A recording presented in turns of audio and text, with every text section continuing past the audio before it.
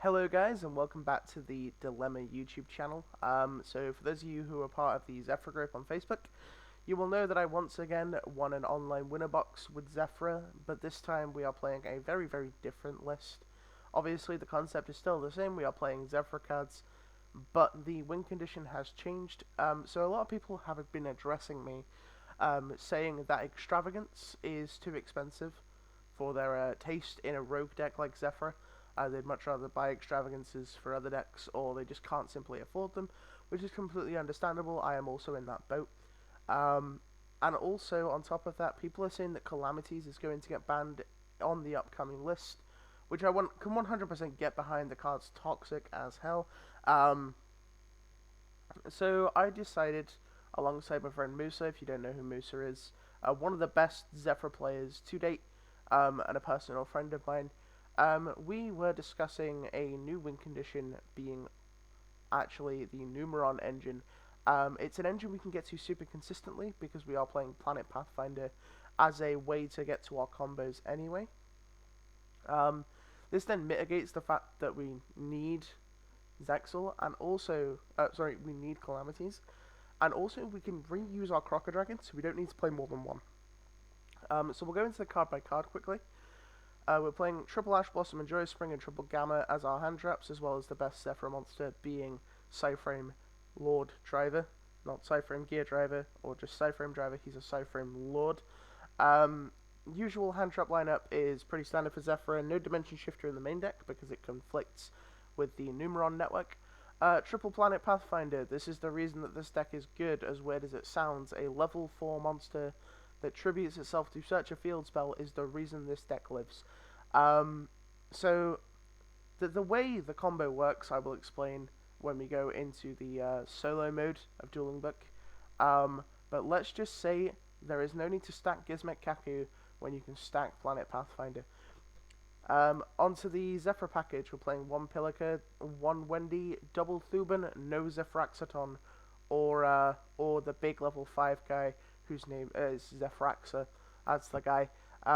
So the reason we're not playing those cards specifically is because I needed to make room for a 5-card package that essentially allowed us to auto-win the game. Obviously, it would be nice to play those cards, and playing additional 7 scales might be something I consider in the future, moving into the LCS, which I'll be playing in, so wish me luck for that.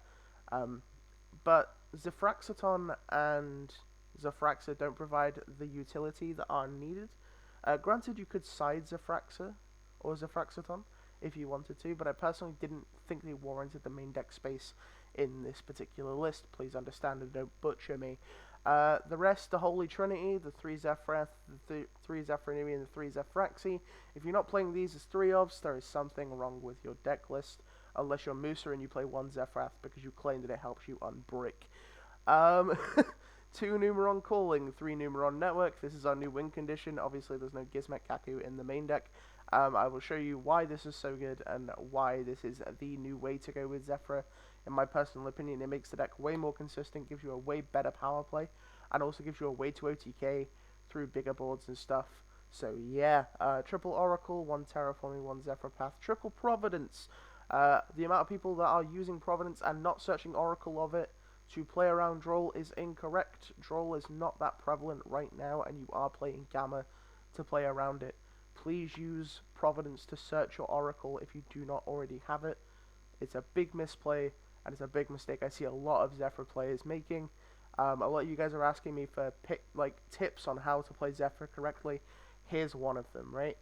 Then we have 9 Pillars of the Yangzing, Divine Strike, double Zephyr War. So 9 Pillars is an out to Dragoon.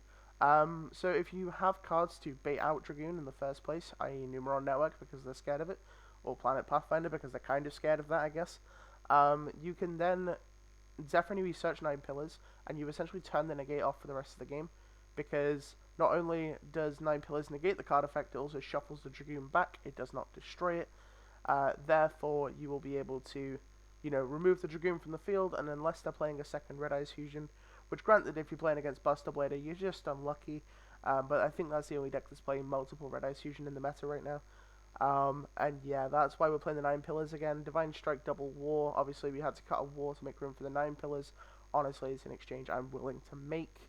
Onto the extra deck, we're playing one Metaphys Horus and his buddy Sheridan, one Ravenous Crocoddragon, 2 of Gate 1, 2 of Gate 4, specifically because I like the artwork.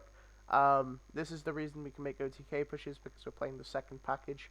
You can just play the first package and play slightly more Zefra cards, but I feel like the ability to kill my opponent is slightly more important than, doing Zefra stuff, right? Because the Zefra stuff doesn't actually kill people, it's just a stall tactic and it's a control deck. You need to eventually establish that you are the aggro player in the situation and just be able to kill them.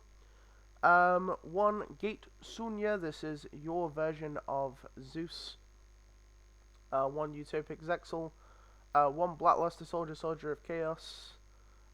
One Gravity Controller, one Infinitrap Megaclops, and one Lambda.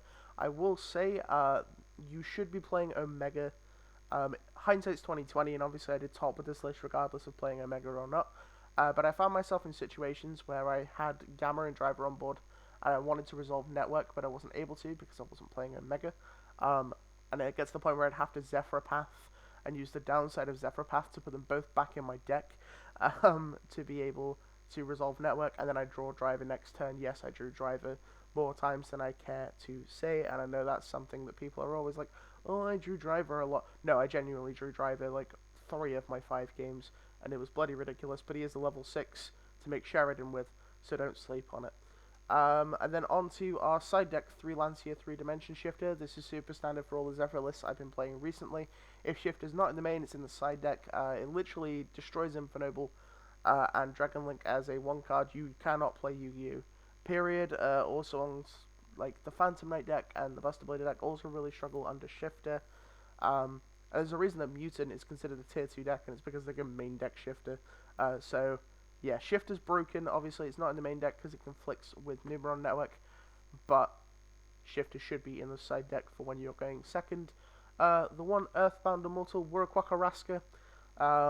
Honestly, this card has become a bit of a meme at this point. I don't think I sided out the whole tournament, and it's probably worth not playing, but I did pay for an ultimate rare, so I'm going to keep playing it until, it's good. Like, it's very good, right? But it's just not good in comparison to the Numeron package. In comparison to Gizmek Kaku and the Calamities package, it was really, really good because Calamities didn't lock out the control decks, whereas Zexal does. So that's why that's there. Triple Gamma Seal, this is your Zeus out.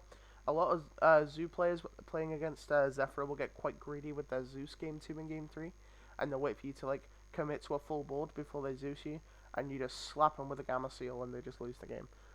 Double Cosmic Cyclone for Virtual World and the back decks. And then Triple Exchange. Obviously, if you're playing in remote duels, Exchange is not allowed to be played. So we were testing Cypher Get Epsilon, which is the trap version of Gamma, which was quite good. We also tested Ogre and we tested Sphere Mode. Any of these alternatives are good in comparison to Exchange. So we'll quickly go over my matchups. I played against 1 Zodiac Eldritch, 2 Dragon Link, because Dragon Link's still played, 1 Salamangrate Dogmatica, which is actually a really good deck, and it's something I might try playing in the future.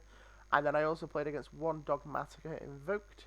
No Infernoble or anything like that, but I don't think Infernoble still loses to Zefra Path anyway, so it's completely fine. But yeah, I did 2-0 every single matchup, except for the Eldritch Zoo, who opened the Absolute Nuts Game 2. The Absolute Nuts being Duster, Evenly, Cosmic, Zoo Monster. Broken. So we will get right into the combo tutorial, and I'll see you guys in Dueling Book Solo mode. Alright, so the combo I'm going to be showcasing you is the standard Crocoddragon combo. If you guys don't know how the standard Crocoddragon combo is, actually works, then you probably haven't been watching my channel for very long. But I'll quickly go over it and I'll explain what the end board is now. So you can very consistently get to all of these cards. They're technically 7-ofs or 9-ofs, depending on how large the deck is and such. So we're going to use Oracle to search Zephraxi, activate Zefrath, use Zefra's effect to change its scale, sending a scale 7, specifically Zefra New. And then we're going to scale our Zefra Thuban and Pendulum summon both of these monsters. Your Zefra New will be Chain Link 1 and your Zefraxi will be Chain Link 2. Zefraxi makes your Zefra New be a tuner, and then your Zefra New will search you a Zefra spell or trap card. So we're going to search a Providence and then use the Providence to search a Zefra Path. Now, what we're going to do is we're not going to activate the Zefra Path yet. We are completely under 5 summons at the moment. So we're going to make a Croc. And we're going to use Croc's effect as Chain Link 1 and Oracle's effect as Chain Link 2.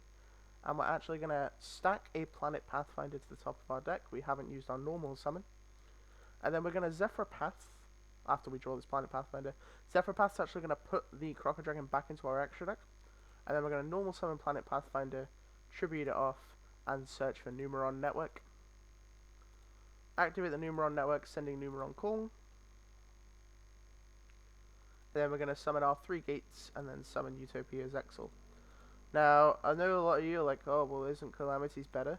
No, because the way this combo works is you can't be Nibirued, you can't be Gammed, so their only real response would be Imperm or Droplets against your Utopia's Exile.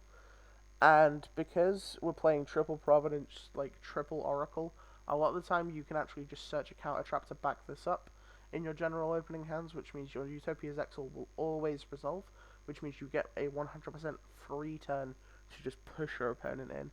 Also, it means we don't have to play brick cards. Obviously, Numeron Calling is technically a brick, but at least you can set Numeron Calling as a bluff, which I find is really, really good in a lot of scenarios, because you're playing a trap deck and your opponent has to read what cards you're playing, and sort of work out what the correct way to navigate your board is. A lot of the time, having an additional card your opponent has to think about can often throw them off their game. This is sort of a high level technique, obviously. If you're playing on a lower level, don't worry too much about this sort of stuff. But yeah, that's gonna be it for the combo video, like the little combo showcase, and our show off of the deck profile. If you guys did enjoy, we are almost at 400 subscribers. I started out this year at 150, and the channel growth has been absolutely insane. Thank you guys so much. I really do appreciate it. If we could hit 400 by the end of this year, that'd be the best Christmas present you guys can possibly provide for me. And also, shout out to my amazing girlfriend. She is my Dueling Book profile picture over here. She's the one that motivated me to carry on playing Yu-Gi-Oh! If you guys don't know, I was quite close to quitting the game a couple of months back. But she's the one that motivated me and told me to get back into it because it's something I really enjoy. So big shout out to her. And also shout out to Team Syndicate. You'll notice that sleeves, Team Syndicate are a team I'm a part of.